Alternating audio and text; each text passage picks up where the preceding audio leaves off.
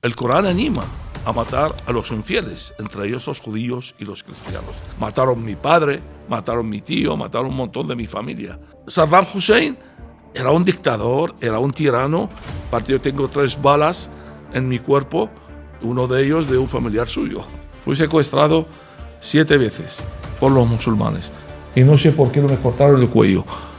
Dios no quería que muriera. Me salvé la vida durmiendo con los cadáveres en el desierto. He visto un montón de amigos míos, familiares míos muriendo en mis brazos. Pero lo que quiero decir, han muerto muchísimos cristianos, muchísima gente por criticar el Islam y por decir la verdad sobre el Islam. Pero los cristianos en los países, entre comillas, árabes musulmanes, no tienen ningún derecho de practicar su religión. Si yo cuando vivía en Irak, mis vecinos eran yihadistas. Y he vivido con los musulmanes y sé cómo piensan, y sé cómo actúan. Y tuve que salir pitando de Egipto porque querían matarme. ¿Para ti sería más un movimiento político ideológico que una religión en el Islam?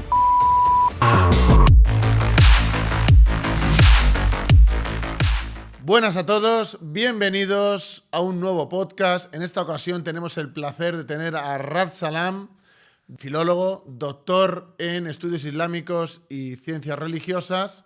Muchísimas gracias por estar aquí con nosotros hoy. Un placer y gracias por la invitación. He tenido la oportunidad de leer este libro, Desvelando el Islam. Te quiero preguntar sobre cosas del Islam en general, pero no me parece mal seguir un poco la estructura de tu libro para algunas cuestiones. En primer lugar, a la hora de entender el Islam, a mí me ha llamado la atención cuando hablas de que, sobre todo para la hora de entender lo que es el Islam, de que el Corán es algo revelado, o sea, es algo que directamente se supone que viene de Dios, y por ese motivo es por el que suele haber tanto apego a él e intentan o no se adaptan al mundo moderno o al mundo actual. ¿Qué puedes explicar de esto? Bueno, antes de empezar, aparte de agradecer la invitación, quiero dejar claro que yo represento a mí mismo, no represento a ningún partido político ni una organización social política. Yo soy libre, nunca he sido afiliado a un partido político, una ideología, digamos, social política.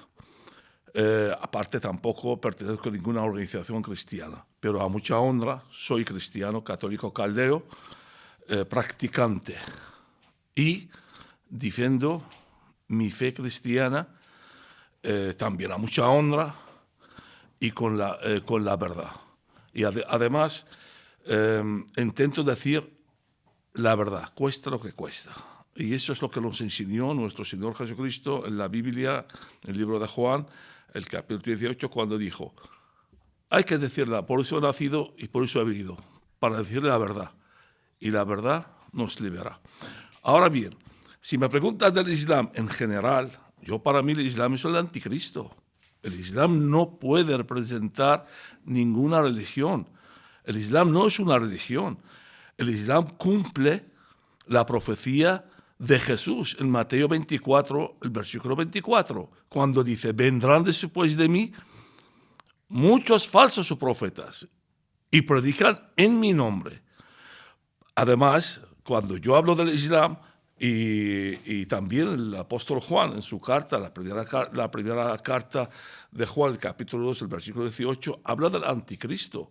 Por sus frutos los conocerán. Y también dijo el apóstol Juan, saldrán muchos anticristos. Predicarán la paz, predicarán y hablan en el nombre de Dios, pero son lobos. Engañan a la gente. Y nosotros, yo como cristiano, católico, caldeo, no puedo creer en el Islam, porque si yo creo en Jesucristo como Mesías, yo no puedo creer en ninguna religión que niega a Jesús como el Mesías. O somos cristianos o no somos cristianos. Jesús es el Mesías. Es el cumplimiento de la profecía de Deuteronomio, el capítulo 18 al 19, en el Antiguo Testamento, cuando Yahvé habló a Moisés. Y vino Jesús como el Mesías en la tierra. Jesús dijo yo no vengo a abolir todas las religiones, vengo a cumplir. Y vino Mahoma, ¿y qué dijo? Dijo, yo soy el último profeta y el verdadero profeta. Por eso en el Corán, en la sura 33, el versículo 40, se presenta como el Mesías. Si yo digo el Islam es una religión, estoy afirmando que Mahoma es el Mesías y estoy negando a Jesús como el Mesías. Por lo tanto, hay que matizar desde aquí. Yo no tengo nada contra los musulmanes, no tengo nada contra el Islam. Yo estoy contra la ideología del Islam como ideología anticristo totalmente. O sea, para ti sería... Y defendiendo mi fe cristiana. Para ti sería más un movimiento político ideológico que una religión, el Islam. El Islam es un movimiento social político.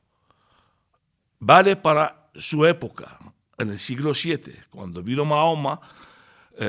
Porque, mira, hay muy sencillo. Tenemos la Biblia, aquí está la Biblia, y aquí está el Corán. Y lo que tenemos que hacer, porque, y perdona por extenderme. No, perfecto. Hoy día hay muchísima gente que hablan del Islam, de los musulmanes y del Corán, y no tienen ni idea. Mira, hay un deporte muy extendido en España. Todo el mundo es experto. Todo el mundo habla de todo el mundo es comentarista, todo el mundo es especialista, y habla de todos y no tienen ni idea de nada. Yo hablo de lo que sé. Yo soy doctor en filología árabe, estudios árabes islámicos y doctor en ciencias religiosas. Además tengo 7 máster relacionados con la religión, la arqueología bíblica y las investigaciones sobre el Islam, el fiqh, el tafsir, el sharia y de todo eso, el Corán. Por lo tanto, y además de mis estudios académicos, yo es que he vivido con los musulmanes. Yo he nacido en Nínive, en Mosul, una ciudad de mayoría musulmana. Me crié y me eduqué en la ciudad de Basora, la mayoría chií, en el seno de una familia católica caldea practicante. Por lo tanto, sé lo que digo. Y lo que digo y lo que cuento es que no quiero vivir en mi país actual, España, como lo que he vivido en mi país natal, Irak. Mi país, Irak, fue perseguido con mi familia por mis ideas religiosas católicas y por defender también nuestros derechos a la libertad religiosa. Además, yo hablo el árabe perfectamente, hablo todos los dialectos árabes, hablo el arameo, el hebreo, por eso sé lo que digo. Y he vivido con los musulmanes y sé cómo piensan, y sé cómo actúan. Y tampoco hay que dejar de entender de que todos los musulmanes son malos. Tampoco es así. Porque si todos los musulmanes son malos, 1.600 millones de musulmanes, todos son malos, pues apaga y vámonos, no podemos vivir en este planeta. Lo que pasa es que nosotros hicimos un estudio en el año 2015 en Estados Unidos sobre la expansión del Islam, el crecimiento del Islam en el Occidente. Y yo llegué a una conclusión de que el 20% de los musulmanes hoy día, que son radicales islámicos, aplican al Sharia, aplican al Jihad, aplican el Corán y creen en los 255 versículos violentos en el Corán. El Corán anima a matar a los infieles, entre ellos los judíos y los cristianos. Por lo tanto, nosotros cuando queremos hablar de los musulmanes del Islam, hay que estudiar muchas cosas. No es fácil hablar del Islam. No es sencillo que hoy día en España pegas una patada en la pared, te salen miles de especialistas en el Islam y del islamismo, del yihadismo. Y no solamente eso, cuando hablas con una persona, bueno, yo conocí un montón de gente, dices que yo soy doctor en historia. ¿Y? ¿En qué historia? ¿Y tienes el derecho de hablar del Islam porque eres doctor en historia? ¿O o tienes un doctorado de cualquier tipo, ¿en qué has hecho el doctorado? ¿Qué eres especialista? Habla de tus especialidades, pero no saltas a estas especialidades. Y luego cuando también hay gente, mucha gente habla de la guerra y el sentimentalismo de que están muriendo muchísima gente. Es que hay que vivir la guerra. Yo estuve 14 años en la guerra. La guerra no le deseo a ningún enemigo. Es lo peor que le puede pasar a un ser humano. En la Yo estuve 14 años y era haciendo el servicio militar obligado. Era un teniente en un ejército musulmán, dirigiendo a 50 soldados. Contra Irán, ¿no? Contra Irán, del 80 al 88 contra Irán. Y luego era de los primeros que entraron en Kuwait y salieron con vida. Murieron todos mis compañeros. Y luego participé en la gran tormenta del desierto. Yo dormía, me salvé la vida durmiendo con los cadáveres en el desierto. He visto un montón de amigos míos, familiares míos muriendo en mis brazos. Esa es la guerra. Cuando uno habla de estas cosas, tiene que vivir estas cosas y hablarlo. Tiene que conocerlo. Yo un día tuve una mesa redonda con un coronel español y hablaba de la guerra, de teoría de la guerra. La guerra es tal. Le dije, mi coronel, ¿usted cuántas guerras ha participado? No, es que nosotros estamos en la academia, doy clases. Digo, pues vívete una guerra y luego vete a hablar una guerra. Es que no das ahí estrategias y cómo se entra y cómo se sale. En la guerra no hay ni salida ni entrada. Hay que buscar la vida para sobrevivir. Y 14 años en la guerra enseña muchísimo sufrimiento y dolor. Por eso, hablar del Islam y de los musulmanes, de la guerra, del conflicto árabe-israelí, del sentimentalismo, es de verdad, hay que vivirlo para hablar de ello. Para hablar del Islam hay que tener una mentalidad oriental, porque nuestra mentalidad no es como la vuestra.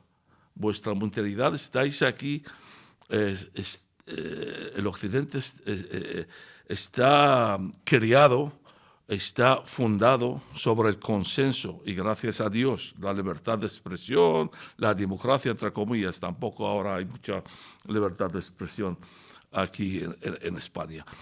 Pero en nuestros países es que hemos vivido dictaduras no políticas, dictaduras políticas religiosas, es decir, mucho peor.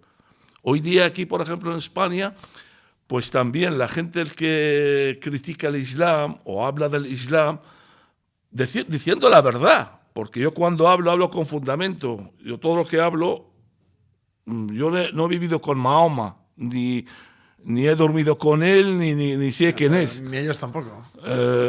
Yo cuento del Islam según sus libros antiguos y según el Corán y el Sharia. Y todo lo que digo lo muestro. Aquí, cuando se habla uno la verdad sobre el Islam, pues le critican de islamófobo, de ultraderecha, ultracatólico, y no tienen ni idea tampoco de estos términos, facha, y no saben lo que es un facha. Pero si cuando un descelebrado entra en la iglesia, insulta a Jesús, insulta a la Virgen María, insulta al cristianismo, esta es libertad de expresión, democracia y progre y guay. No pasa nada. Por eso nosotros cuando queremos hablar del Islam y de los musulmanes tenemos que hablar con fundamento. Aparte, insisto, no todos los musulmanes son malos. Hay un porcentaje de musulmanes, es verdad, y no son pocos, ¿eh? Y cada vez están creciendo. Buscan el yihad y aplican los versos violentos del Corán. Y tienen un objetivo principal, es volver a formar el imperio musulmán otomano, cuando gobernaba todo el Oriente Medio, el Oriente Próximo, Mesopotamia, y también extender en el Occidente. De hecho, hay estados que para mí son integristas islámicos y que financian ese tipo de islamismo que dices tú, de ese 20% de radicales. Todos, hoy día, Países como Irán, por ejemplo. es que el Occidente es ignorante del Islam y de los musulmanes. Porque el Occidente se equivocó en 3 hechos fundamentales. Primero, en Irán, gracias al tonto de Distán, de Francia, que ayudó los ayatollah a volver a Irán y acabar con el Shah de Irán. El Shah de Irán era un dictador, era un tirano, pero el Shah de Irán era laico, aparte era masón. Había libertad religiosa en Irán. Las mujeres tenían el derecho de estudiar, de trabajar, los cristianos, había cristianos ahí en Irán, había casi 2 millones de cristianos en Irán en los años 70. ¿Qué hay ahora en Irán? El Occidente ayudaron en la revolución de los ayatollah y directamente cuando llegaron los ayatollah a Irán en el año 1979 cambiaron la constitución iraní según la constitución, según el Sharia, según la ley islámica. Y pusieron ahí la ley islámica. Y ahora están gobernando según la ley islámica. La mujer no tiene el derecho de nada. Y hay una dictadura política religiosa. Es decir, mucho peor. El segundo, en Irak. Saddam Hussein, yo no quiero ni verle en pintura, porque a mí Saddam Hussein quería matarme. Aparte, yo tengo 3 balas en mi cuerpo, uno de ellos de un familiar suyo.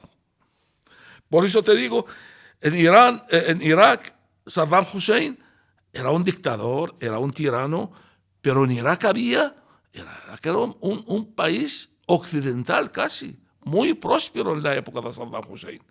Era muy abierto. Había muchos bares, discotecas, todos los golfos del Golfo venían a Irak a beber alcohol y a buscar prostitutas. Y era un país muy abierto. Había casi también 2 millones de cristianos en Irak. Hoy día no quedan ni 200.000 cristianos en Irak y no saben qué futuro les esperan. Están desesperados. Yo intento irme ahí porque todavía tengo familias ahí. Intento ir a ayudarlos. ¿Qué hicieron el Occidente? Bush, el tirano Bush, acabó con Saddam Hussein y facilitó la llegada de los musulmanes chiíes, los radicales musulmanes chiíes, a Irak. Han cambiado un régimen dictador laico, Saddam Hussein era laico, no era practicante, a un régimen dictatorial religioso. Y finalmente, la primavera árabe. Todo el mundo, en el 2010, cuando empezó en Túnez, todo el mundo decían que esa es la primavera árabe, la democracia árabe musulmana. Mira en Libia. Mira, Libia era un país estable, aunque el Gaddafi yo lo conozco personalmente, he estado ahí en el 2006 y el 2008, estaba loco, o era loco. Era un dictador también. Era un dictador loco, hacía lo que le daba la gana, pero tenía el país sujeto. Tenía el país, vivían, porque Libia es un país muy difícil de controlar, es tribal. Y ahora Libia está en una guerra civil. Y todos los inmigrantes pasan por ahí porque no hay control. En Yemen, de lo mismo. También están en guerra todos los días, desde el año 2012. Hasta hoy día están los chiíes y los suníes en guerra en Yemen y muriendo un montón de gente. Mira Túnez. Túnez era un país abierto. Yo tenía una amiga ahí en Túnez y iba todos los años a Túnez a pasar mis vacaciones. Antes, pues Túnez ahora se ha convertido a un país radical islámico. Y así. Por eso, el problema también del mundo árabe musulmán, entre comillas, porque este no era mundo árabe musulmán, este sí era un mundo judío-cristiano. Los musulmanes conquistaron toda esta tierra y llegaron hasta la península arábica. O sea, cuando dices que llegaron te refieres hasta la península ibérica, ¿no? Ibérica. Es que has dicho arábiga por eso, ¿no? Perdón, ibérica, en el año 711. Por eso, para hablar del Islam hay que estudiar muchísimo, hay que conocer el Corán. Yo tengo el Corán aquí metido, todo de memoria, como la Biblia también. Se nota en el libro, ¿eh? Pero por eso que hay que conocer el Sharia, la ley islámica. ¿Qué es el Sharia? Hay que conocer los movimientos de reforma en el Islam, chiíes y sunís. La gente habla de los chiíes y los sunís. Pero yo tengo otro libro se llama Todo sobre el Islam. Los chiíes están divididos a 47 ramas y los sunís a 43 ramas. Cada rama lo dirige un intérprete, un jeque musulmán. No todos los musulmanes afortunadamente, no están unidos los musulmanes. Si los musulmanes todos están unidos, sí, se ha complicado, sí. Es muy complicado para el occidente. Por eso hay que conocer todas estas ramas del Islam. Hay que conocer la época preislámica, antes de la llegada de Muhammad, cómo vivían la península arábica antes de la llegada de Muhammad. ¿Por qué se llama Muhammad, no Mahoma? Como dicen aquí en español.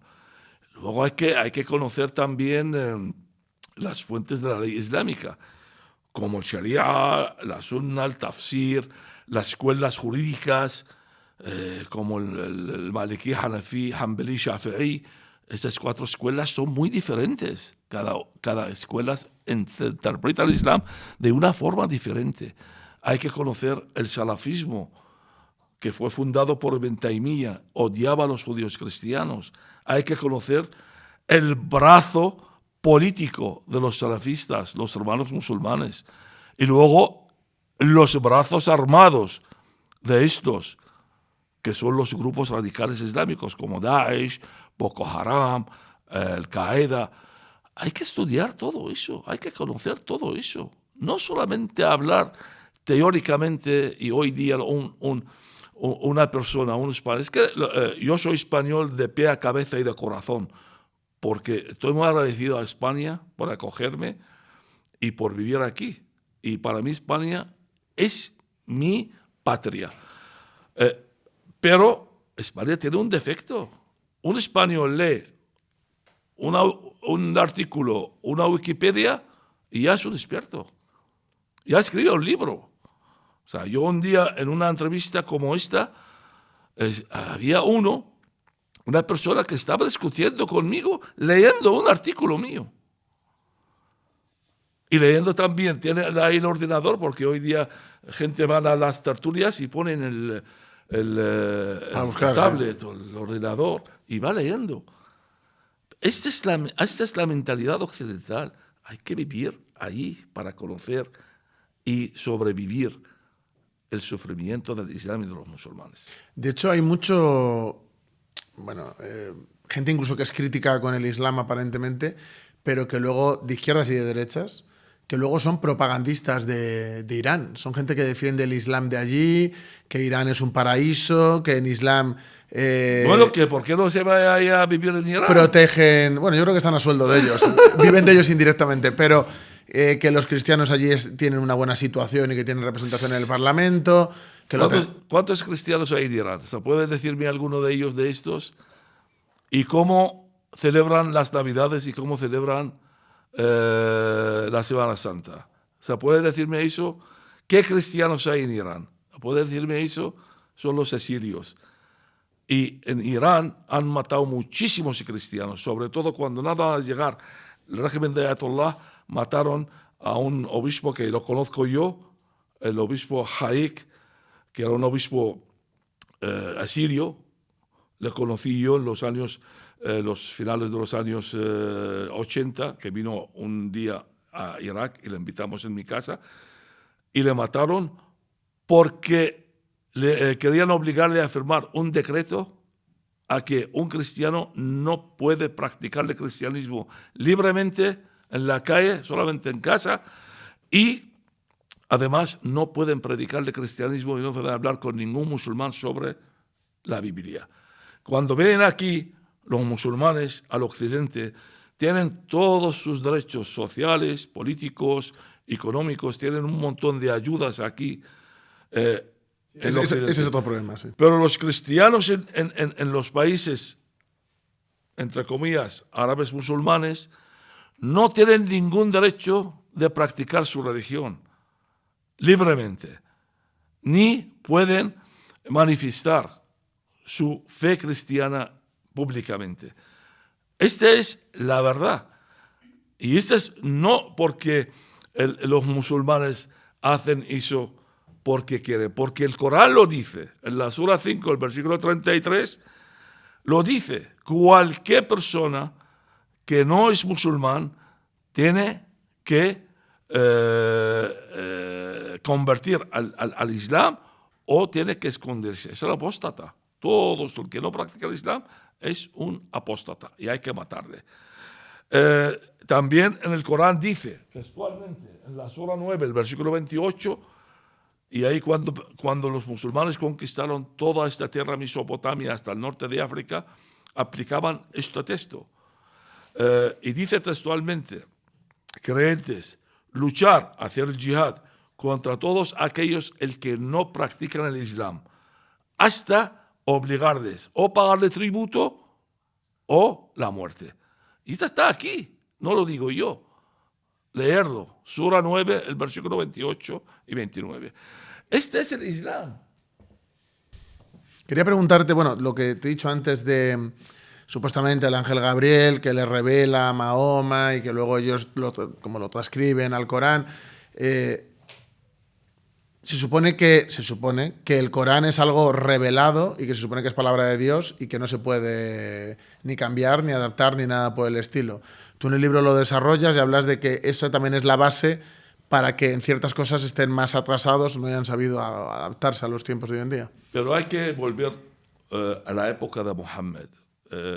Según la traducción musulmana, según los libros antiguos del Islam, Mohammed nació en la Meca en el año 571. Y Mohammed, dicen, a la edad de 25 años, se casó con Khadija, que era una viuda rica, y empezó a trabajar como conductor de caravanas de comercio entre la Meca y al norte, Irak y Siria. Según los historiadores y las traducciones árabes musulmanas, toda esta zona estaba llena de ermitas, de monjes, predicaban, tenían ermitas y se sentaban ahí y aprovechaban cuando venían las caravanas y predicaban el cristianismo. Pero ¿qué cristianismo había ahí? Era el cristianismo nestoriano. El cristianismo nestoriano empezó en el año 430, después del concilio de Éfeso, cuando declararon ahí que María es la madre de Dios. Y Nestorio salió, era el obispo de Constantinopla, salió de la iglesia y empezó a predicar de que Jesús era un profeta raso, un profeta más. No era el Mesías, ni era Dios. Ni María tampoco es la madre de Dios. Y estos empezaron a predicar porque fueron perseguidos por la iglesia católica y se escaparon y se extendieron en Mesopotamia y llegaron hasta la península arábica. Y ahí empezaron a poner unas ermitas y predicando las caravanas. Y la traducción musulmana menciona el nombre de Rabban Bahira en arameo, el monje Bahira se llama. Era nestoriano. Y estas dicen las predicaciones del Islam o las traducciones del Islam, dicen que ese es quien predijo y condujo la carrera profética de Mohammed. Enseñó las escrituras antiguas, tanto el Antiguo Testamento y el Nuevo Testamento. Además, Khadija, la mujer de Mohammed, tenía un primo hermano, Waraq bin Naufal, también era nestoriano, le llamaban el sacerdote de la Meca. Este también enseñó Mohammed a todas las escrituras antiguas, el Antiguo Testamento y el Nuevo Testamento. Además, el Islam mismo, y en sus libros antiguos dicen o cuentan de que Mohammed en su juventud tenía la costumbre de retirarse a las cuevas alrededor de la Meca haciendo sus meditaciones y unas oraciones especiales. pero no cuentan cuáles eran estas oraciones y cómo eran estas meditaciones. Pero todos los historiadores árabes, musulmanes, coinciden de que en la península arábica había casi 2000 sectas judías cristianas. Interpretaban la Biblia cada uno a su manera. Y yo pregunto en mi libro, ¿no podía ser que Mohammed estaba metido en alguna secta judía cristiana y aprendió todo lo que trajo, aparte de la ayuda de los dos nestorianos, el sacerdote y el monje? Tú dices que el Corán hay buena parte que es un poco influido totalmente por la Biblia, de que sin eso claro, son habría. Historias bíblicas mal contadas. Porque la historia de Abraham no coincide nada con la Biblia. La historia de José tampoco coincide con la Biblia. La historia de Jesús y María, que todo el mundo dice, ay, habla de Jesús y María. Pues léelo bien, la sura 19, Surat Maryam, la sura María. Y lee ahí la historia de Jesús y María. ¿Qué cuenta ahí? Aparte, nega totalmente de que Jesús es el Mesías. O sea, hay que leer todo eso para hablar del Islam. Por eso, el Islam no tiene nada que ver con una religión nueva. Además, si yo pienso de que el Islam es una religión divina, no creo en Dios.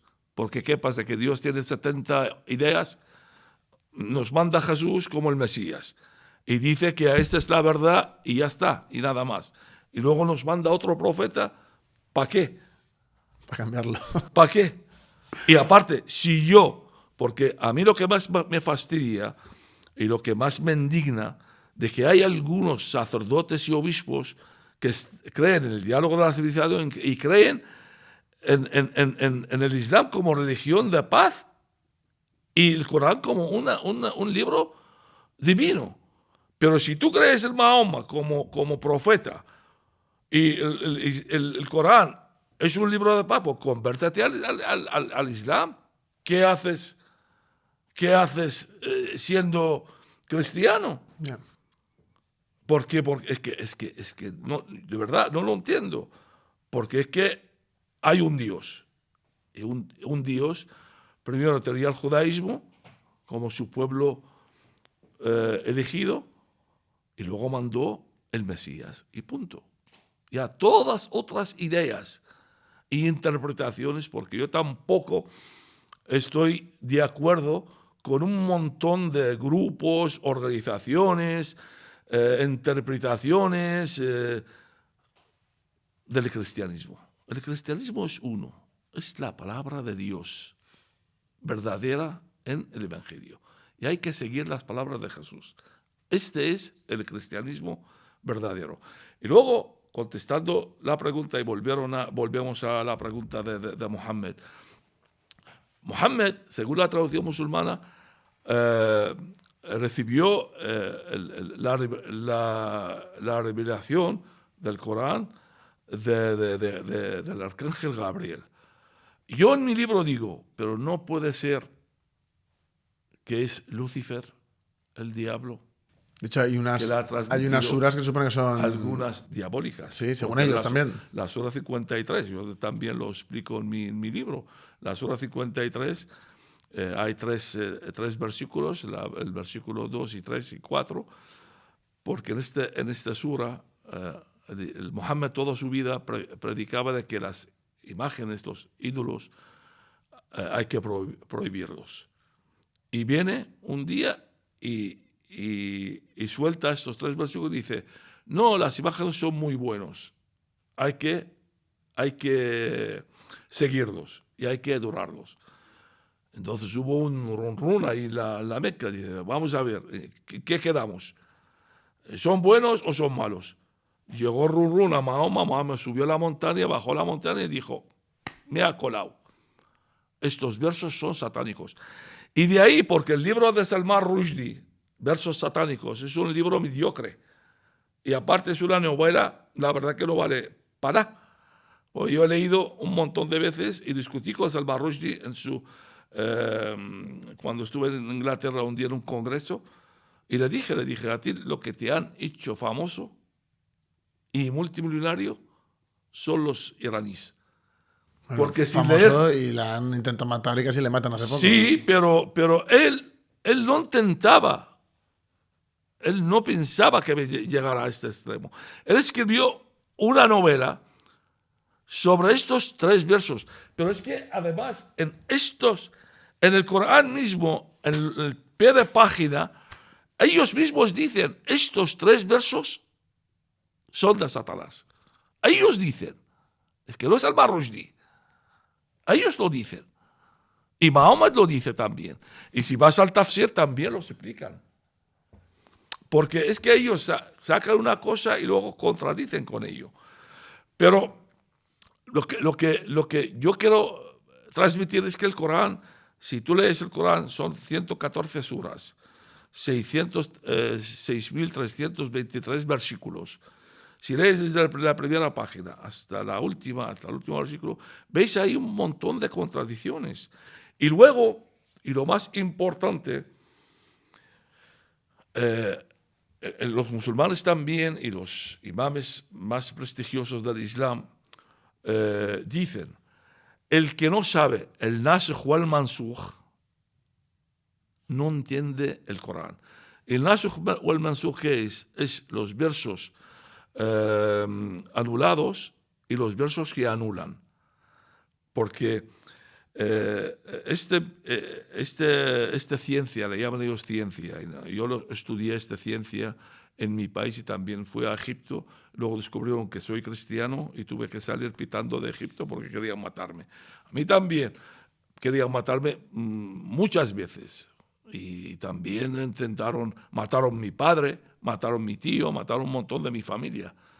De que está ahí Salman Rushdie, está tumbado ahí, tiene el título de Sier, y por una novela mediocre que ha sacado millones de dólares, también vive de ello.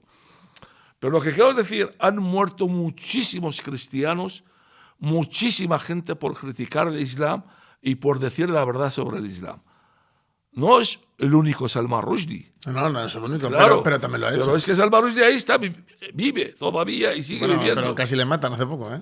Sí, todos. Saca tuerto. Vete a Irak. Sí, pero que hay muchos, pero que yo no quiero hacer le de han menos. Matado. Es que esa es casi. Pero no quiero hacer de menos. Esta es casi le han matado. Cuando hay mucha gente que concilia, que es islamófila, y este hombre pues tiene su valor también. Su valor, entre comillas. Ahí vive con escolta, hombre, y multimillonario y Sier. Pero tiene un valor en comparación de los europeos que son islamófilos. El más valor que tienen, y yo no tengo el valor porque yo no quiero ser el protagonista de esto, pero la protagonista que tienen los cristianos perseguidos, el que viven en Irak, Siria. Sí, también. Ahora en Siria. ¿Cuántos cristianos han matado? Están hablando del cambio del gobierno de Siria. Han venido estos radicales islámicos a gobernar en Siria. Un terrorista va a gobernar Siria. Y están matando a los cristianos. ¿Alguien ha oído hablar de los cristianos perseguidos en Siria? Poco. Actualmente, poco, se mueve nadie. Poco. Yo escribí tres artículos sobre API. Pero tampoco pasa con los de Nigeria, que en otros sitios el cristianismo claro, en todas esas zonas está muy perseguido. Estoy diciendo? Que lo que quiero decir que hay muchísimos cristianos que están dejando la piel y la vida por su fe. Sí, es verdad. Por su fe. Nosotros, yo estoy aquí y voy a salir de aquí, voy a tomarme un vermú y un plato de jamón y vivo bien en España. Pero que le están sufriendo ahí. Estoy criticando el Islam, pero yo aquí vivo bien. Espero que con los años siga siendo así, porque se está poniendo fea la cosa. Pero lo que quiero decir que hay que conocer el Islam, hay que convivir con el Islam, hay que estudiar bien el Islam y luego hablar del Islam.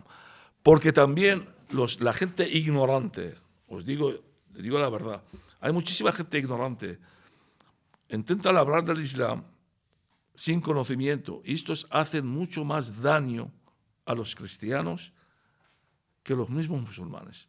Porque cuando quieres hablar del Islam, hay que hablar con conocimiento exacto de la causa y compararlo con el cristianismo. Porque tenemos la fe verdadera y tenemos que ser orgullosos de tener esta fe verdadera. O sea, yo entiendo tu perspectiva desde tu óptica, pero un ateo puede estar en contra del Islam también y puede tener una visión fundamentada del Islam y puede estudiar el Islam y puede sufrir el Islam, porque a los ateos también los matan. De hecho, para ellos somos cristianos exactamente igual. Entonces, esa lucha también es válida. O sea, yo creo que yo no le quito un ápice de valor a nada de lo que has dicho, a nada, pero se puede luchar contra el Islam desde más posiciones, entre otras cosas, porque no es una religión de amor, por mucho que ellos lo digan. Es una religión que se expande como lo ha hecho a lo largo de la historia y no hace falta ser un experto en estudios islámicos para darse cuenta de que hay una radicalización, de que son un problema y que en los países europeos los estamos empezando a sufrir también.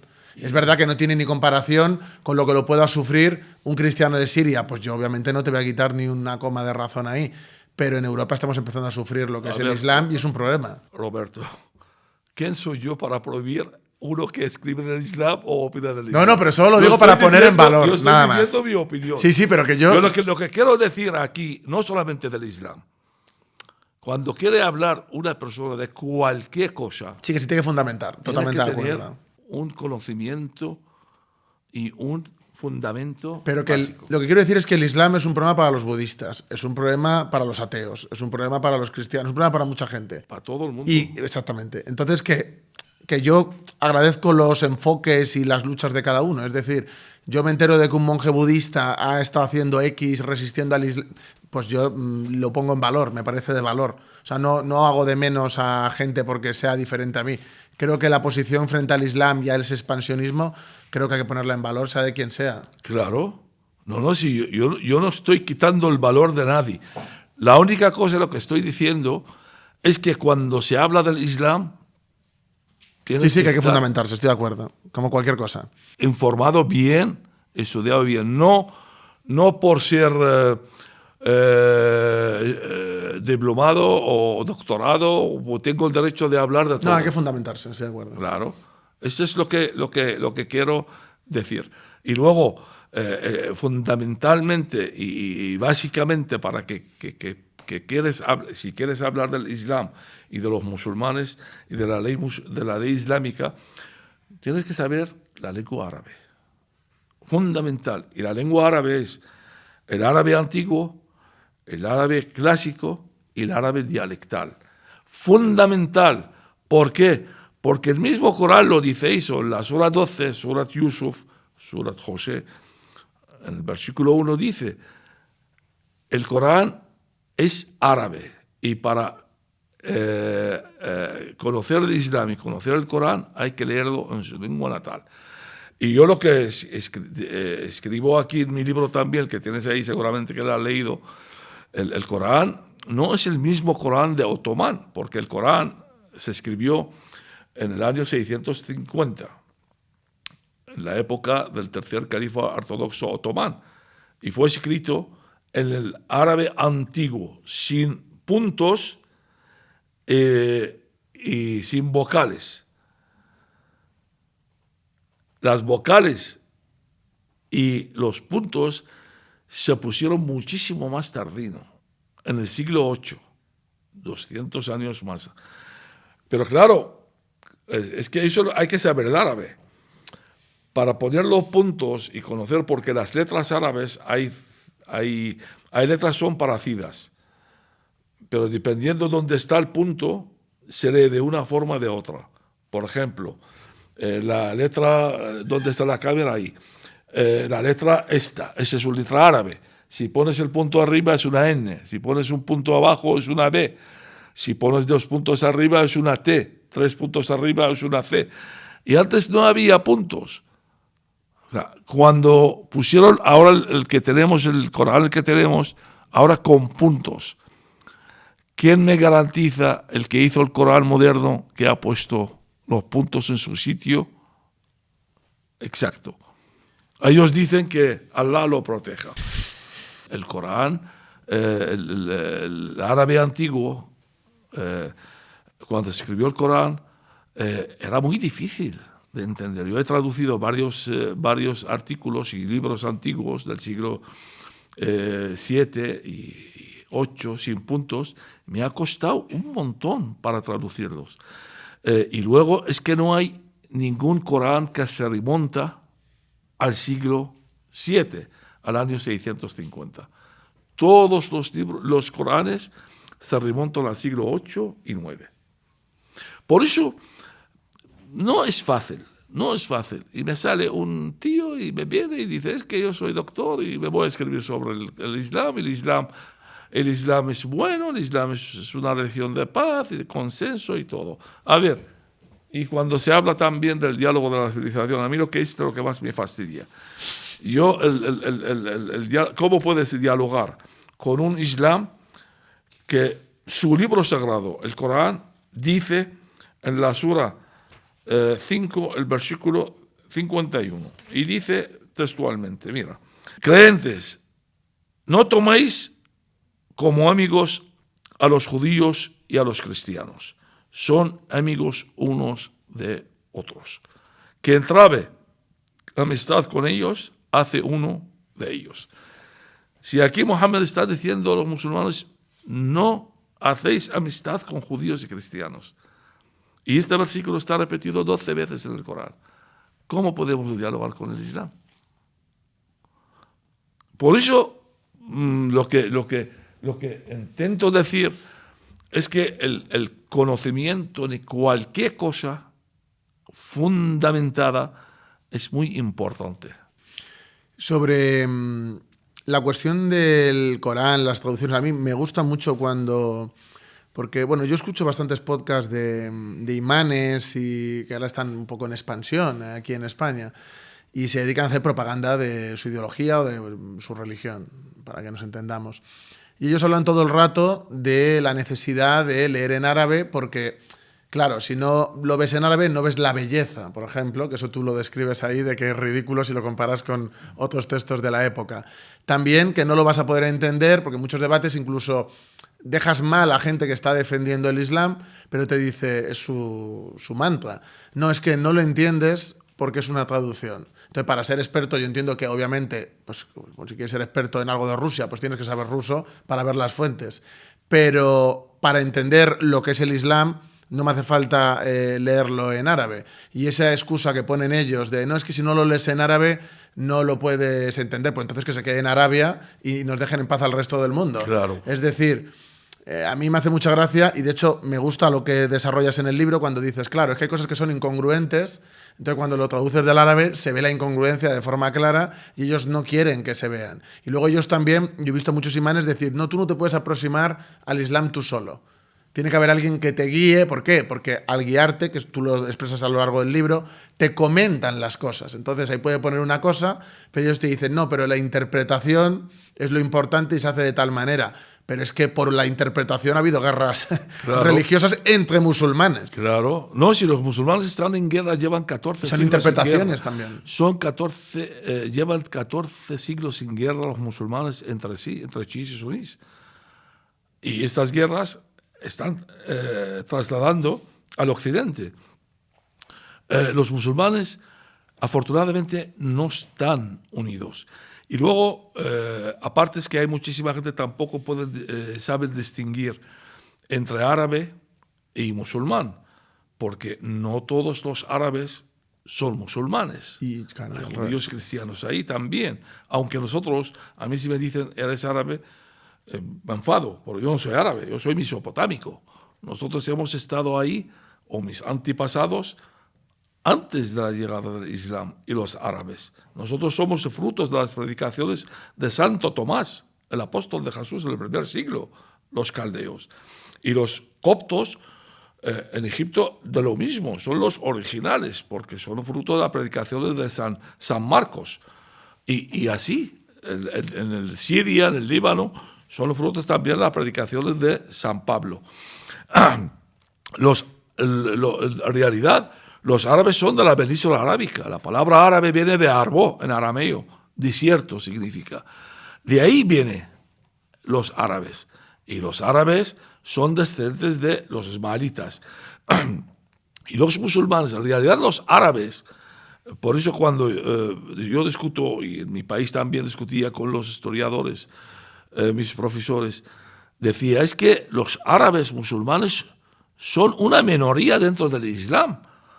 Porque hay 1.600, hoy día hay 1.600 millones de musulmanes. solo 450 son de origen árabe. El resto no son árabes.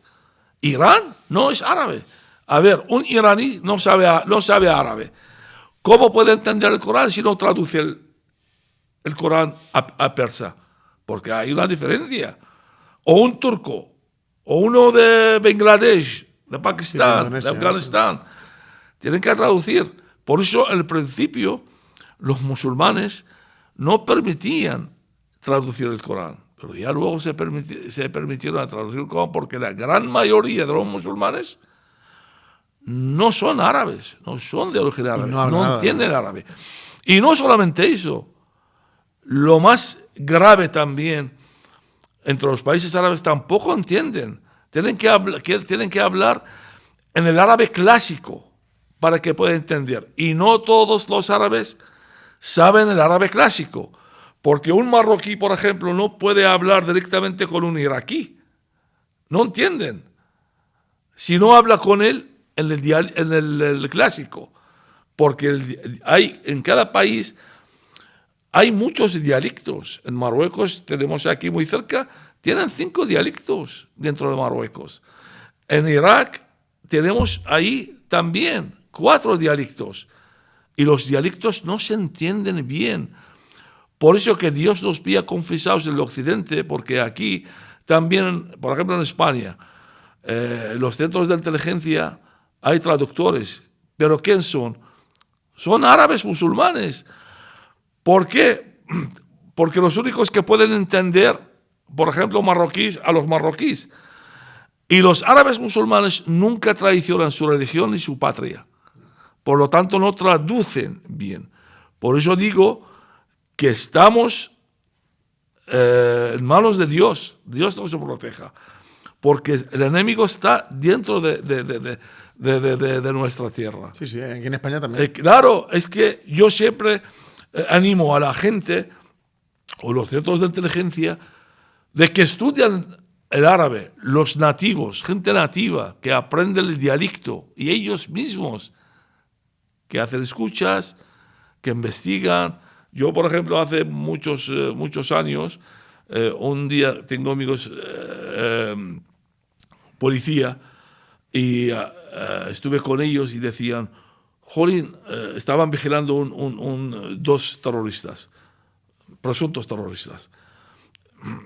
Llegaron al aeropuerto y dijeron, vamos por ellos. Digo, vale, vais por ellos. ¿Y qué vais a hacer? Y si estáis ahí al lado y están hablando ellos en su dialecto y vamos a volar, todo eso. ¿Qué entendéis vosotros? Nada. Es que aparte, el musulmán también hay que entenderlo. El musulmán no teme por su vida. El musulmán viene a morir matando judíos y cristianos, los infieles. Pero el occidental tiene más una mentalidad abierta. Claro, él defiende su vida y protege también su vida. Por lo tanto, ¿tú cómo vas a enfrentar a una persona que no teme por su vida? Es que es muy difícil luchar contra el yihadismo islámico y contra el Islam.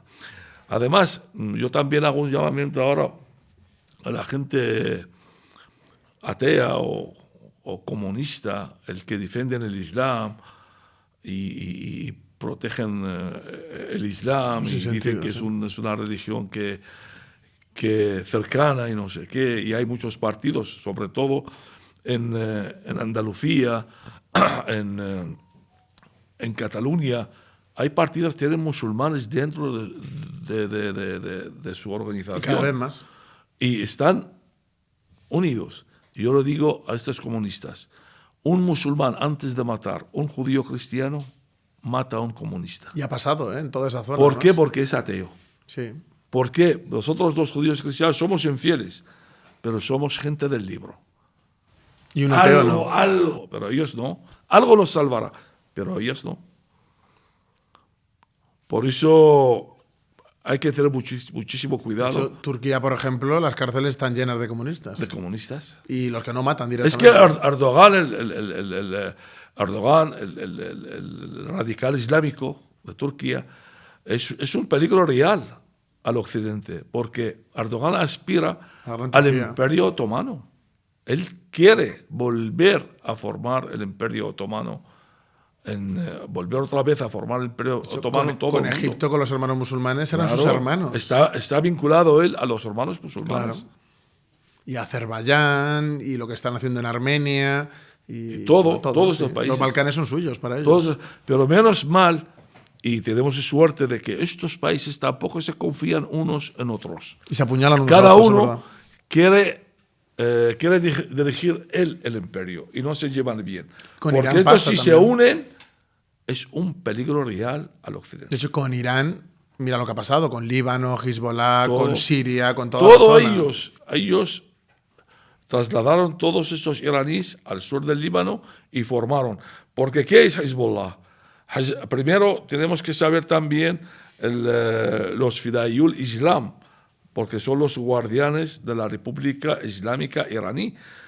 Estos son el eje del mal. Ese es el gran peligro para el mundo y sobre todo representa el Islam chií.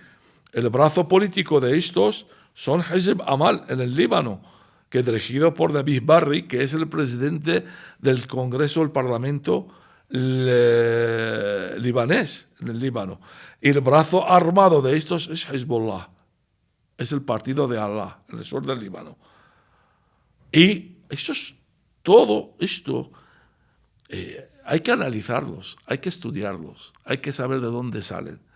Y nosotros, a mí de verdad, y vuelvo otra vez a insistir, me asombra de la gente cuando hablan del yihad y del yihadismo islámico. Si yo cuando vivía en Irak, mis vecinos eran yihadistas, mis amigos, mis colegas en el colegio eran yihadistas, mis soldados, que yo dirigía cuando era en el ejército, eran yihadistas. No tenían miedo de morir matando judíos y cristianos y infieles. Aparte, ahora está la moda de hablar del conflicto árabe-israelí. Todo el mundo, porque cuando hay un atentado también salen Pero porque se hace miles. política y sacan votos de eso, sí. De Hamas. Ahora es el conflicto árabe-israelí, esta gente habla de Hamas. ¿Quién es Hamas? Una sucursal de Irán ahora mismo. Hamas es el movimiento de resistencia islámica, Harak al-Muqawamah al-Islamiyya en árabe. Y son de Gaza. Y son hermanos, maridos, padres, hijos, vecinos de Gaza. Todo el mundo sabe quién son Hamas. Y saben que ahí existen Hamas con ellos. Y todo el mundo les protegen y los defienden. Por eso cuando hay un sentimentalismo aquí habla de que hay muchos muertos, es que el occidente es así. Es que yo he nacido en una guerra, me he criado en una guerra y he vivido guerra directamente. Sí, hay mucho moralismo. Es que ahí todos los días hay miles de muertos. Entre ellos, por una gallina, a lo mejor matan 100 personas. Tiene y un no concepto pasa de la nada. violencia distinto aquí, sí. Es que es una mentalidad muy distinta.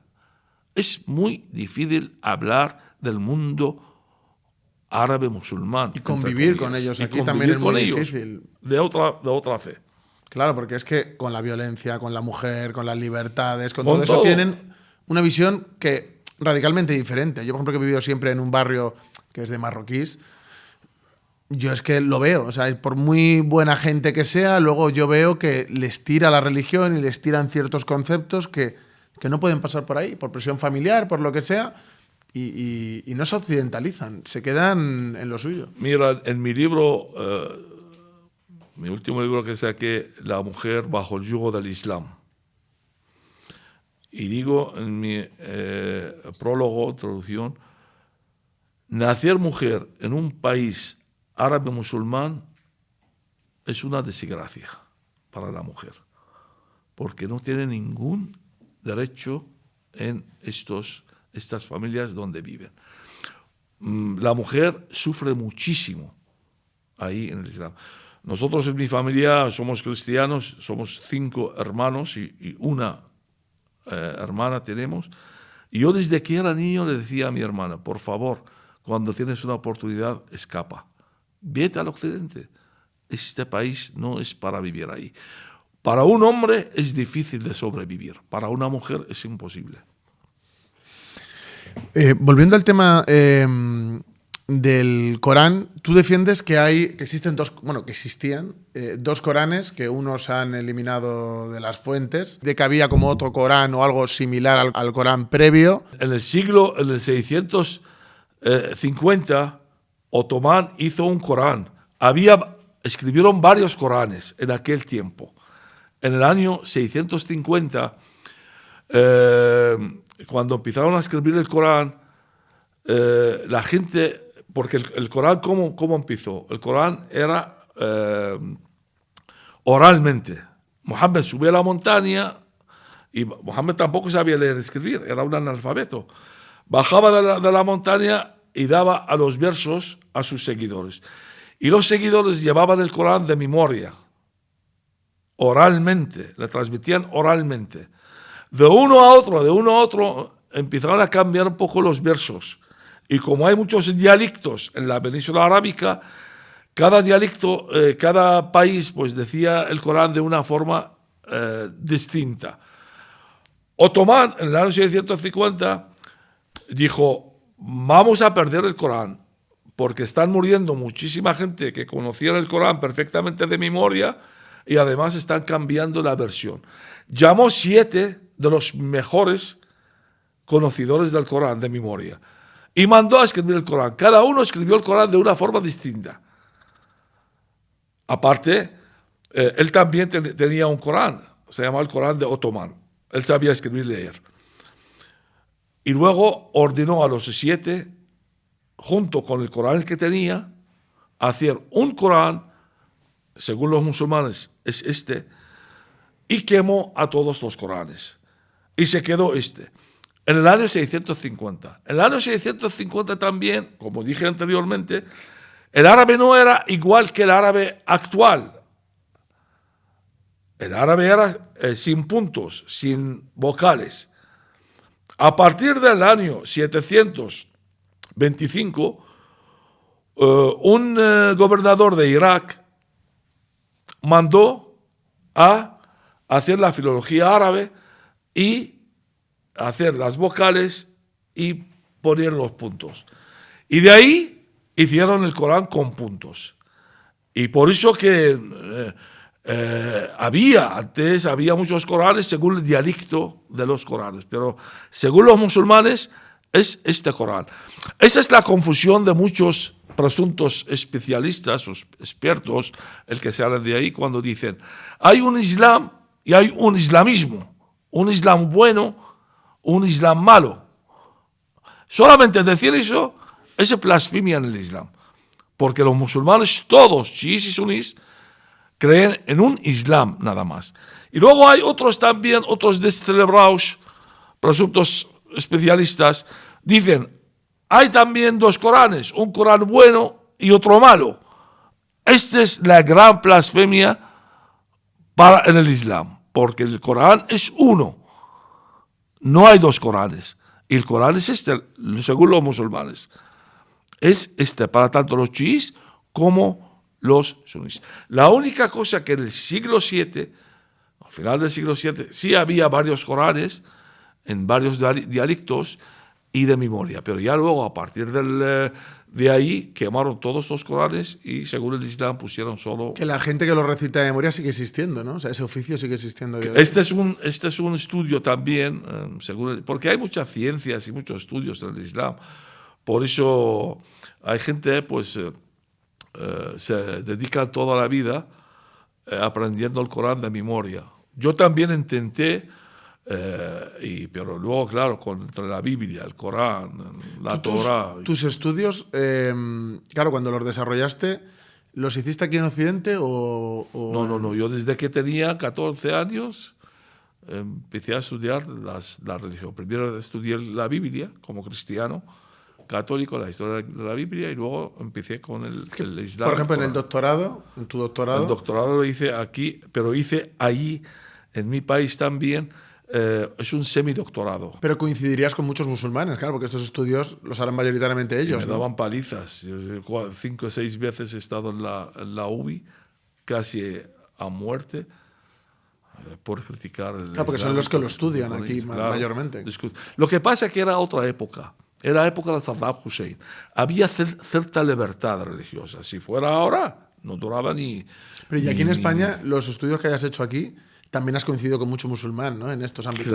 Claro, y he tenido muchas amenazas y persecuciones y todo. En mi país también. He estado en la cárcel muchas veces. Y bueno, te dije que tengo 3 balas en el cuerpo. Que las cárceles de Irak tienen que ser feas, la además. Cabeza abierta. Por eso digo también, damos gracias a Dios que estamos aquí y vivimos y podemos defender nuestras ideas, nuestra fe, y ahí. Quería también preguntarte, hay un argumento que veo mucho en musulmanes que se dedican a propagar, pero no estudiosos tampoco, sino gente que, pues como lo que dices tú, ¿no? De que empiezan a leer de algo y de repente pues tienen un podcast. Ellos hablan, y están constantemente diciéndolo, que, bueno, Jesús era musulmán, por supuesto, porque tenía barba y cosas así, como si ellos hubieran visto cómo era Jesús, y que San Pablo es el que pervierte, crea lo que nosotros conocemos como cristianismo, y que la palabra de Dios está en la Biblia, pero que está degenerada, y bueno, toda esta historia que tú estás muy acostumbrado a ella, y me gustaría saber tu opinión sobre esto. Está en el Corán. No es que los musulmanes lo dicen. Hay 5 versículos. Está la sura 5, la sura 6, la sura 11, la sura 21, la sura 23. Ahí hablan de que la Biblia está falsificado, tanto el Antiguo Testamento como el Nuevo Testamento. Pero yo me refiero a lo de San Pablo, lo de que él es el creador del... Es que por eso... vamos por parte, porque aquí hay muchas preguntas que ha preguntado sin darte cuenta. Te voy a contestar a todos. Nosotros en mi país no solamente enseñaban de Jesús, que era musulmán, también nos enseñaban en las clases, decían que Jesús era homosexual, porque no se reconocía ninguna relación con una mujer ni se casó. Comparando con Mahoma, que Dios me perdona, Mahoma era un machote, porque Mahoma se casó oficialmente con 10 mujeres y tuvo 2 concubinas, además de tener relaciones sexuales extramatrimonio con 43 mujeres. Era una máquina, con 55 mujeres tenía relaciones sexuales Mahoma. Por eso Jesús, como no se casó, ni tenía una novia, ni tenía relaciones sexuales, pues que ellos nos enseñaban que Jesús era homosexual, sin considerar nuestros sentimientos, nuestras razones a Jesús. Y luego los musulmanes, casi la gran mayoría no conocen San Pablo. Pero hay algunos estudiosos hablan de que gracias a San Pablo se extendió el Islam en todo el mundo, predicando las palabras de Jesús. Y gracias al segundo califa ortodoxo, Omar, el Islam se extendió en toda Mesopotamia hasta el norte de África. Hacen un paralelo entre el segundo califa ortodoxo, Omar, y San Pablo. Es verdad, gracias a San Pablo se extendió el Islam en todo el mundo, predicando la paz, el conciso, y fue asesinado, muerto como mártir, predicando la convivencia y la palabra de Jesús. Pero Omar, gracias a él, se extendió el Islam en toda Mesopotamia, el norte de África, por el filo de la espada, conquistando, matando a la gente. Omar conquistó Irak en el año 637, Siria 638, Jerusalén 640, Egipto 641 y Persia 642. Y se extendió el Islam en toda esta zona. Y fue asesinado, muerto por un esclavo suyo, se llamaba Feiruz, porque el mismo Omar mató a toda su familia. Aprovechó un día a Omar que estaba rezando y vino por atrás y le clavó el cuchillo. ¿Qué hacía Omar? Omar, cuando llegaba a estas tierras eran judías cristianas, había judíos cristianos, y le decían a Omar, ¿qué hacemos con ellos? Dice, pues aplicamos la ley islámica. ¿Cuál es la ley islámica? El Corán, la sura 9, el versículo 28. ¿Y qué dice aquí textualmente? Mira, combatid, estamos hablando en español, en árabe es hacer el jihad, matar, contra quienes habiendo recibido la escritura, que son los judíos cristianos, que no creen en Dios, en Allah, ni en el Islam, ni prohíben lo que Allah dice. Deben de convertir al Islam o pagar el tributo. Le daban a elegir a todos estos judíos cristianos, entre dos cosas, la muerte o pagar el tributo. Esa es una cosa que me pasó a mí mismo en la universidad. Bueno, en la universidad, cuando terminé la carrera haciendo una tesina, en el año 1980, escribí una tesina sobre este tema, precisamente, comparando entre el apóstol Pablo y el segundo califa ortodoxo Omar. Y haciendo eso lo que conté ahora, que San Pablo practicaba la paz, pero Omar mataba a la gente, obligaba a la gente a convertir al Islam, poniendo la espada encima del cuello. Pero lo que ellos dicen de San Pablo no es eso. O sea, lo que ellos dicen, y te puedo pasar vídeos, es que él se inventa como una religión que es contraria a la que tenía Cristo, que en realidad era musulmán. Porque claro, el Islam surge en estos años que estás diciendo. El Islam no existía antes, pero ellos, sin embargo, ellos hablan de cuando convierten a alguien que él ha vuelto al Islam, como si el Islam hubiera existido desde siempre. Ellos sí defienden eso también. Hay poca gente, inventan estas cosas, pero también hay algunos ateos y algunos comunistas también dicen que el cristianismo fue todo un invento judío, porque San Pablo era saduceo, era judío, y cogió las ideas de Jesús y empezó a predicar.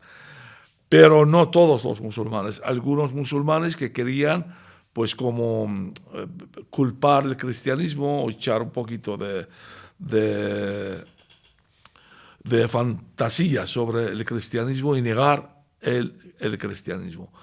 Pero esa experiencia, y también tuve con mi profesor de teología islámica, cuando escribí mi tesina esta, y también decía entre ellos que el apóstol Pablo recibió la visión de Jesús y se convirtió al cristianismo, empezó a predicar la palabra de Jesús. Aparte hay muchísimos libros, las cartas del apóstol Pablo. Las cartas del apóstol Pablo predica la palabra de Jesús, no predica una religión suya, sino lo que enseñó Jesucristo en la Biblia. Y por eso que esta es mi tesina, en el año 80, tenía un primo mío, tenía una editorial, era muy inteligente, y me dijo, ¿por qué no publicamos tu tesina? Esta comparación. Y claro, era críticas al Islam, el segundo califa ortodoxo Omar. Y le dije, vale, de aquel tiempo yo tenía 20 años, públicalo. Y lo publicó, duró un mes. Los radicales islámicos le mataron vivo, le quemaron vivo en su editorial, mi primo, y le dieron a su familia abandonar el país en 48 horas. Y así fue. Abandonaron el país, están en Estados Unidos y no quieren saber nada de mí, su familia, con razón, hasta hoy día. Este es el Islam. Este es el Islam. No acepta crítica, no acepta ninguna rectificación o libertad de expresión o explicación al Islam. Ellos guisan y ellos comen. Ellos tienen que explicar el Islam, ellos tienen que explicar el Corán, y ellos el que tienen que enseñar lo que es el Islam a sus seguidores. Por eso también hay millones de musulmanes están confusos, porque tampoco permite el Islam que investiguen profundamente a los musulmanes, profundamente el Islam. Lo que tienen que aprender lo que enseñan los jeques y los imames de las mezquitas. Otra cuestión que te quería preguntar también, que bueno, divulgan aquí bastante, que tú en el libro lo desarrollas y pones el ejemplo de cómo, bueno, cómo se gesta un humano en el vientre de la madre. Hay gente que dice que la ciencia, bueno, de esta gente, ha evolucionado según lo ha ido dictando el Corán, y que el Corán es un libro que como revelación sabían cosas que no se habían demostrado en el momento y que con el tiempo se han demostrado. Y tú, por ejemplo, el de la gestación es el ejemplo que pones como para desmontarlo, por si quieres hablar un poco de ello. Yo soy un pobre hombre estudioso, investigando, llevo toda la vida investigando el Islam y la religión, y he encontrado en el Corán casi 37 errores gramaticales. Por eso los musulmanes dicen es que el Corán es un milagro, porque es un libro perfecto gramaticalmente y filológicamente escrito en árabe, perfecto. Pues de filología, porque yo soy doctor en filología árabe, pues he encontrado 37 errores gramaticales y de filología en el Corán.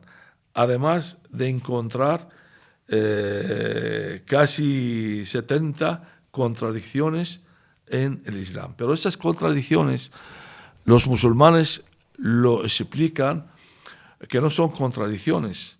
Esa es la ciencia al que hablé antes de ello. Es el nasikh o el mansukh, los versos anulados y los versos que anulan. Es una ciencia muy alta según el Islam. Yo estudié esta ciencia 2 años, un máster muy profunda. Esto es lo que dicen los musulmanes, que los versos posteriores anulan los versos anteriores. No son contradicciones. Esta ciencia o esta contradicción le encontró un sacerdote cristiano caldeo en el siglo VIII, en la época del califa Harun al-Rashid, del imperio abbasí. Un día el califa el califa abbasí le dijo al sacerdote, era un sacerdote muy versado y muy conocedor del Islam, muy conocedor de las religiones en general. Le dijo, ¿has leído el Corán? Dice, sí, pero es que he encontrado ahí muchas contradicciones. Que por un lado dice una cosa y por otro lado dice justo al contrario. Dice, bueno, pues hazme un escrito sobre ello. Le hace un escrito, claro, no era menos, mandó a matarle al obispo y cogió estas contradicciones y le dio a los sabios, entre comillas, musulmanes en aquella época, y dijo, estudiar eso y buscar una solución. Y sacaron esta ciencia, el nasikh o el mansukh. Dicen que, bueno, Muhammad al principio saca un versículo, pero luego cambia la opinión, como Sánchez, cambia la opinión, trae otra, justo al contrario, y ahí están todos, el versículo anterior y el versículo posterior. Por eso, los imames, y muchísimos imames, y muchísimos también algunos presuntos especialistas, el que defienden el Islam, sacan, hay 124 versículos. El Islam habla de la paz, de la convivencia con los judíos y cristianos al principio. Por ejemplo, hay un versículo, la Sura 3, el versículo 3, habla de que todos los profetas son buenos y vienen a predicar la paz, entre ellos Mahoma. Pero luego vienen en otro versículo y dice, no, hay que matar a todos los infieles y no hay convivencia. El Islam es uno. El Islam solamente, la verdad solamente es una, es la religión islámica. Y los demás hay que acabar con ellos. Por eso, ellos dicen que Muhammad luego pues sacó estos versículos. Por eso el 124 versículos que hablan de paz, de consenso, de la convivencia, están anulados del Corán, según esta ciencia. Lo que valen los versículos posteriores, que son 255 versículos violentos, que están en el Corán también. Y esa es la ciencia del Nasikh wal Mansukh.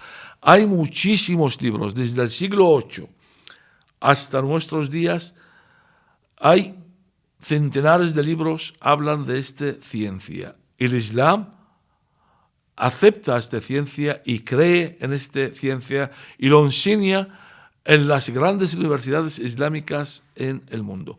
Por eso, cuando viene aquí un imán, por ejemplo, y lee un versículo bueno, entre comillas, dice por ejemplo aquí, pues la sura 3, que todas las religiones se predican la paz, entre ellos el Islam, o todos el Corán, los creyentes tienen que seguir la Torah y el Evangelio. Y también en la sura 5 habla también de que la Torah y el Evangelio es guía y luz para los creyentes. Son versículos, bueno, bien, ¿no? Pero luego, en otros versículos, Lo anulan, ¿no? lo anulan. En la sura 9, el versículo 5, hay que matarlos.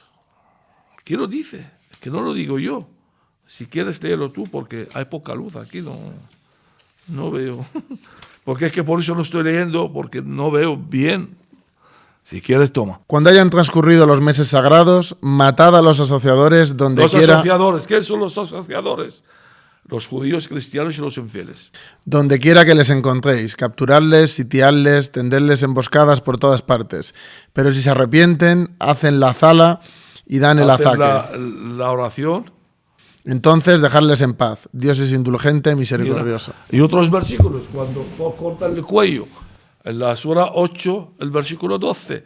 A mí, yo sentí la espada de los musulmanes 7 veces en mi cuello, como un pollo. Me ponía en la mesa para cortarme el cuello. Fui secuestrado 7 veces por los musulmanes. Y no sé por qué no me cortaron el cuello. Dios no quería que muriera. Pero bueno, ahí me leían estos versículos que están aquí, encima, en la sura 47, que se llama la Surat Muhammad, el profeta.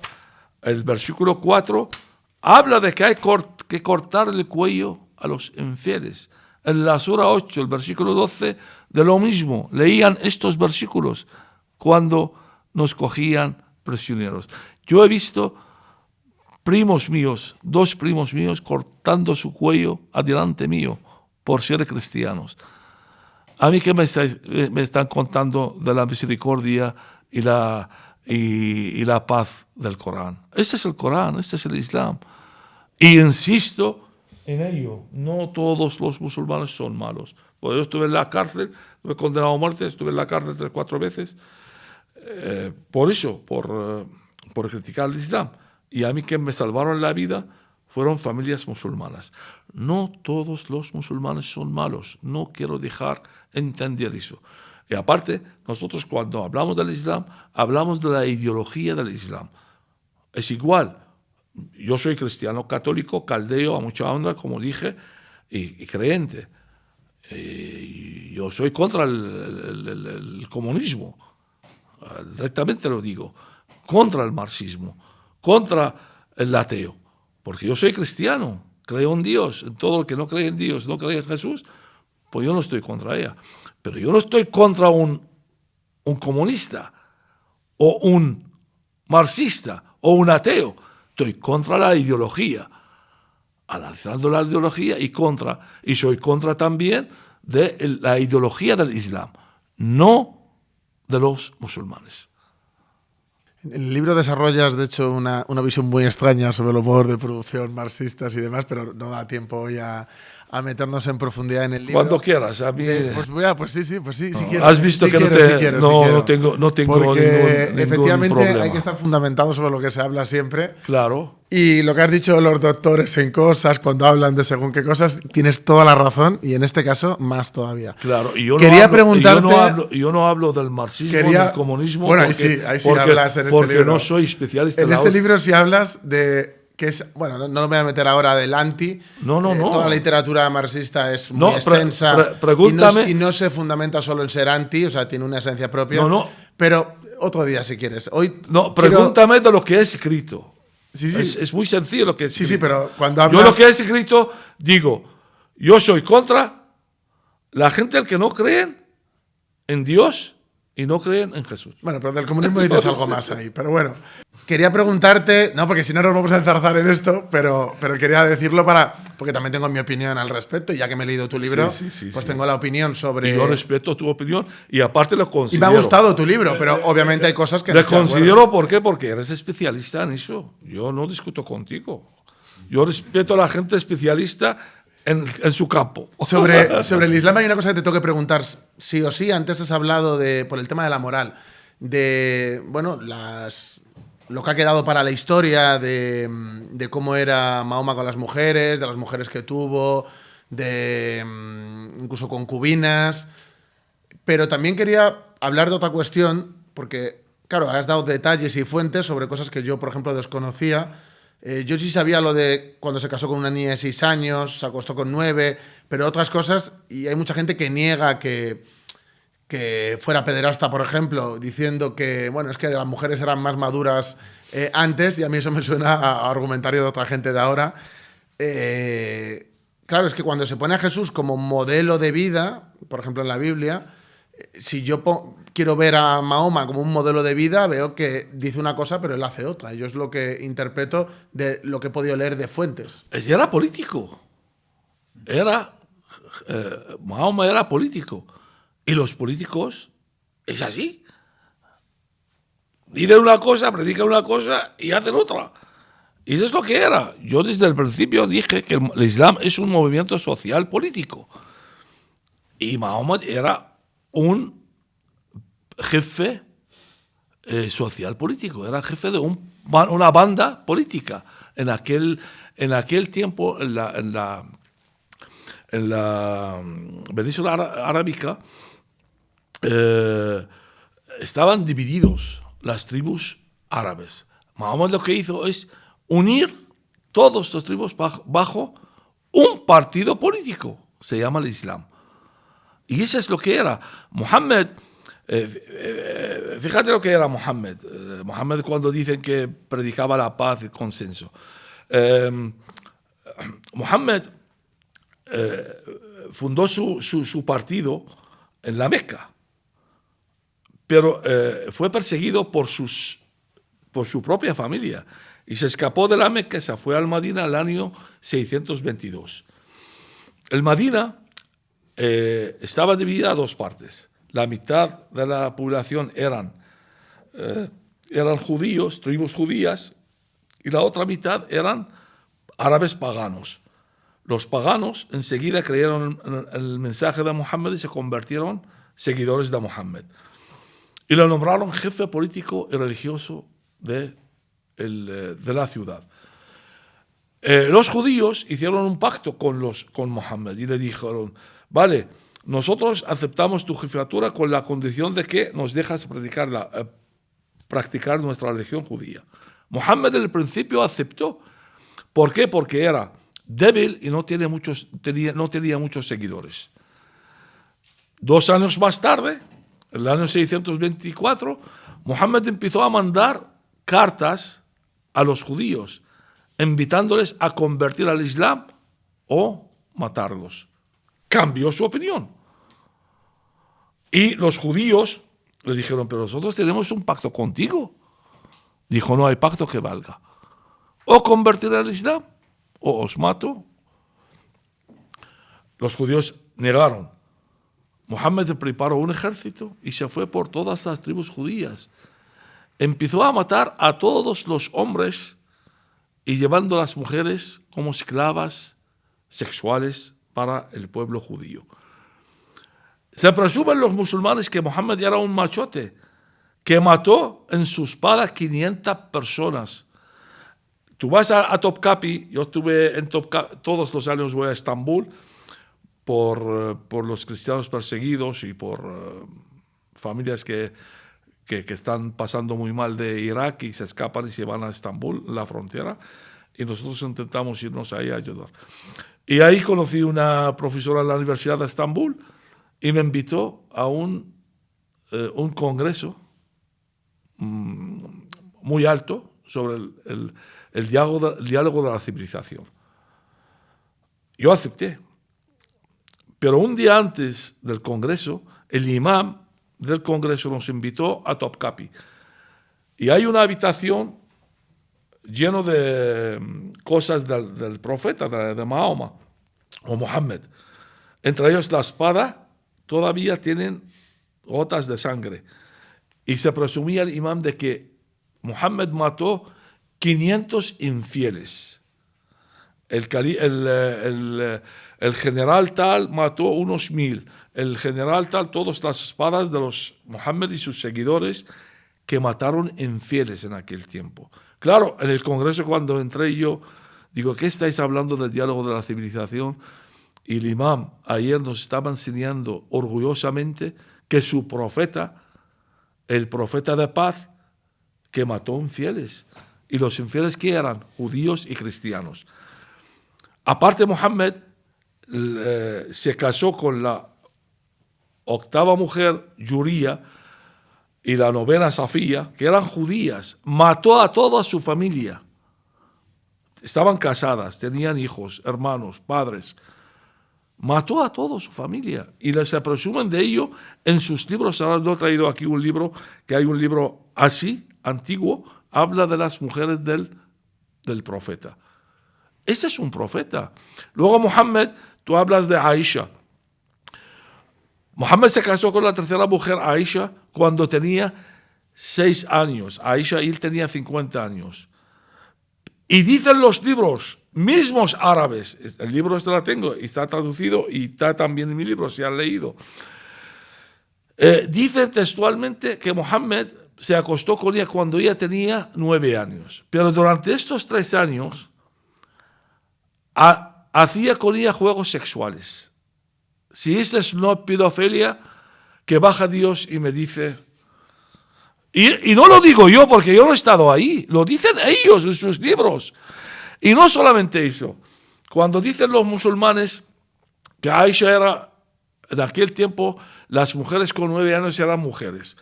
Pues hay un tesis doctoral de Aisha Abdelrahman, una doctora, profesora en la Universidad del Azhar. Lo conocía yo personalmente. Tesis doctoral la hizo en el año 1993. Justo la tesis doctoral está en las mujeres del profeta. Y dice textualmente, contando cómo se casó Mohammed con Aisha. Aisha era la hija de su mejor amigo, Abu Bakr, el primer califa ortodoxo. Y Mohammed iba mucho a visitar a su amigo, Abu Bakr, en su casa. Y cada vez entraba en su casa, se fijaba en Aisha jugando con las niñas. Dice textualmente, Aisha jugando con las niñas. Ella dice, Aisha Abdelrahman, en los libros antiguos del Islam. Y le preguntó un día a Abu Bakr, le dije, Mohammed, como conoce a su amigo, bien, le dije, pero Mohammed, ¿qué te gusta Aisha? Dice, sí. Dijo, pues cásate con ella. Te regalo como... Y dice Aisha Abdelrahman, su tesis doctoral, en los libros antiguos del Islam, textualmente, la madre de Aisha la cogió entre las niñas, le llevó al baño, le lavó la cara y le puso encima de la pierna de Mohammed, y Mohammed se casó con ella. Y luego añade, Aisha Abdelrahman decía que Mohammed tenía la costumbre de llamar a las niñas para que juegan con Aisha y él fijando en ellas. Este es el Islam. Es que nosotros no inventamos nada. O sea, está todo escrito en sus libros. Yo no he estado ahí. No conozco Mohammed. Lo conozco por sus escritos. No, a mí la verdad es que ¿Tú has conocido a Marx? No, he leído sobre él. ¿Has leído Marx? Sí. Y hablas de Marx, ¿no? Sí. Para terminar, nosotros siempre, no te quiero robar mucho más tiempo, le pedimos al invitado que nos recomiende un libro que le haya gustado. Todos mis hijos son guapos, aunque no estoy casado y no tengo hijos, pero todos mis libros son buenos. Y la verdad que se aprende muchísimo. Pero recomienda Aparte uno en tengo- concreto. A mí me aparte- recomendaron, porque pedí que te lo preguntaran, este. Para unas mujeres, La mujer bajo el yugo del Islam. Y ahora me va a salir otro libro el mes que viene, La Iglesia Oriental frente al Islam.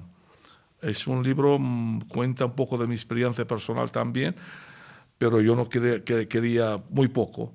Quería ser el protagonista. Yo cuento experiencias de los cristianos perseguidos en el Oriente, lo que están pasando, lo mal que están pasando, y nadie habla de ello, ni siquiera el Vaticano habla de la persecución, el genocidio verdadero de los cristianos en los países de mayoría árabe musulmana. Y luego también tengo otro libro, La masonería, el anticristo. Es un libro muy profundo, muy denso, pero saco el origen de la masonería en la Biblia, porque la Biblia habla también de la masonería. Pues muchas gracias por tu tiempo, Rada. Ha sido un verdadero placer. Para mí es un placer y la verdad que me he desahogado bien. He estado cómodo y muchas gracias por la invitación. Gracias a ti.